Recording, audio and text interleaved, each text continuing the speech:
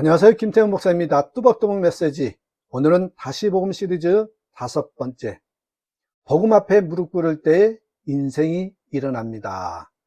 복음 앞에 무릎 꿇을 때 인생이 일어납니다. 누가복음 18장 13절 14절의 말씀 가지고 함께 뚜벅뚜벅 걸어가겠습니다. 세리는 멀리 서서 감히 눈을 들어 하늘을 쳐다보지 못하고 다만 가슴을 치며 이르되 하나님이여 불쌍히 여기소서 나는 죄인이로소이다 하였느니라. 자, 오늘 본문은 복음은 무릎 꿇는 자에게 능력이 된다는 메시지입니다. 우리는 본능적으로 무릎 꿇지 않으려 합니다. 버티고 설명하고 정당화하며 자존심을 지키려 하지요. 그러나 복음은 말합니다. 내려가야 산다. 무릎 꿇을 때 비로소 일어선다. 예수님은 두 사람의 기도를 소개하며 무릎 꿇은 자가 의롭다 하심을 받았다고 선언합니다. 자, 오늘 본문으로 들어가 보십시오. 바리새인과 세리의 기도입니다. 바리새인은 자기 의의 중심에 선 사람이죠.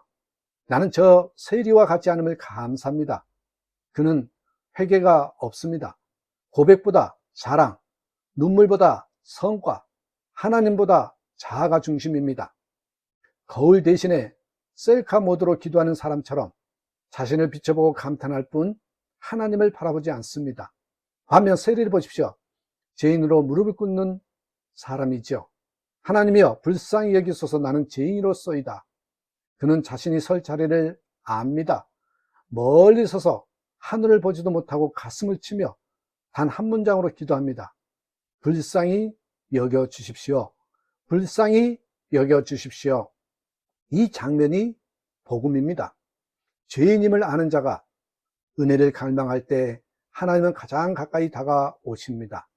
자, 그렇다면 왜 우리는 복음 앞에 무릎 꿇지 못하는가? 진정한 회개와 순복을 가로막는 세 가지 벽이라고 할까요? 그것을 먼저 진단해 봅니다. 첫째로, 나는 그렇게까지 나쁘지 않다는 자기 합리화입니다. 우리는 죄인이라는 말을 받아들이지만 나는 심각한 죄인은 아니다라고 여기죠. 먼지가 쌓인 흰 셔츠를 어두운 방에선 티가 안 납니다. 그러나 강한 빛 아래에선 가장 작은 얼룩도 보이죠. 마찬가지입니다. 복음의 빛 아래 설 때 자기 합리화는 무너지고 죄가 선명해집니다. 고린도후서 10장 12절에 자기를 자랑하며 자기와 비교하는 자는 지혜가 없도다. 여러분은 복음 앞에서 죄인입니까? 아니면 이 정도면 괜찮은 신자입니까?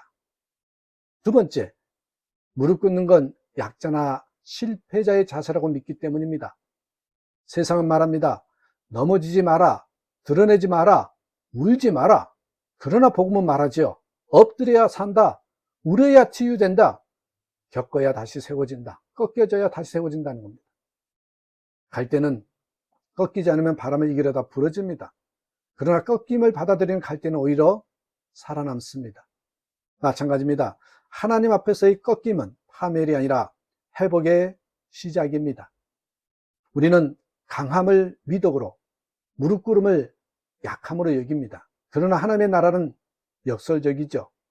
마태복음 5장 3절에 심령이 가난한 자가 복이 있나니 천국이 그들의 것이며, 우리가 진짜 강할 때는 주님의 능력으로 버티는 순간입니다. 내 고집과 자존심을 꺾고 엎드릴 수 있는 자만이 하나님께 일어섭니다.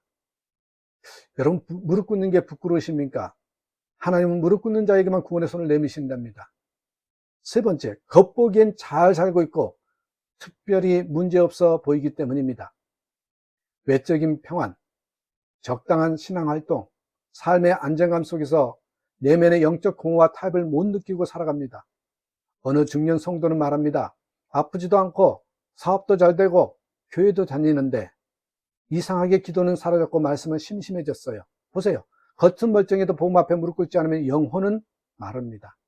자, 그렇다면 복음 앞에 무릎 꿇을 때 일어나는 변화가 있어요. 낮아지면 끝이 아니라 시작이라고 말하는데 어떤 변화일까요? 첫째, 하나님과의 관계가 다시 연결됩니다. 누가복음 18장 14절에 저 바리새인이 아니라 이 사람이 의롭다 하심을 받고 집으로 내려갔느니라. 의롭다는 선언은 단순한 감정의 이유가 아니라 하나님과의 깨진 관계가 회복되었음을 의미하는 법적 선언입니다. 로마서 5장 1절에 그러므로 우리가 믿음으로 의롭다 하심을 받았으니 우리 주 예수 그리스도로 말미암아 하나님과 화평을 누리자.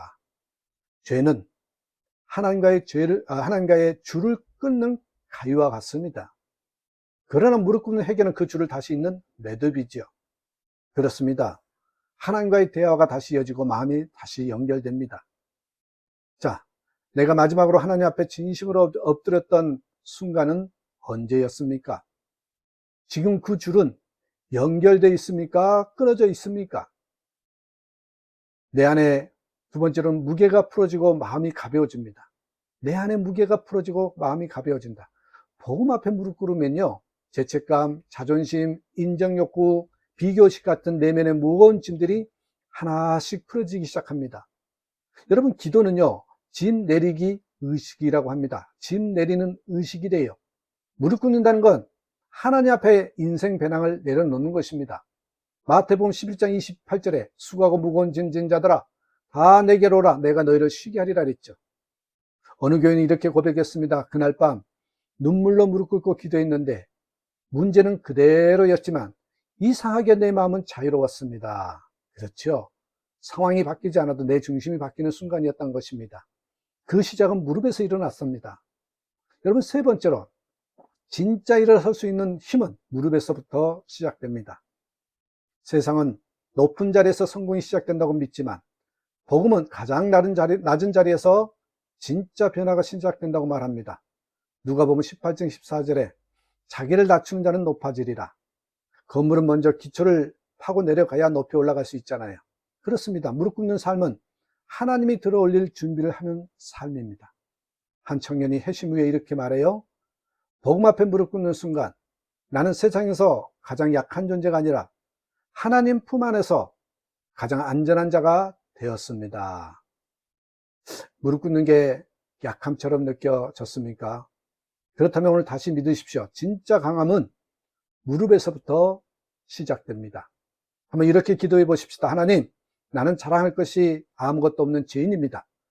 멀리 서서 감히 눈조차 뜰 수 없는 심정으로 주님을 찾습니다. 복음 앞에 무릎 꿇게 하소서. 십자가 앞에 진심으로 엎드리게 하소서. 그 자리에서 다시 일어나는 은혜를 경험하게 하소서. 진정 다시 복음으로 사는 저와 여러분 되시기를 주님의 이름으로 축복합니다. 감사합니다.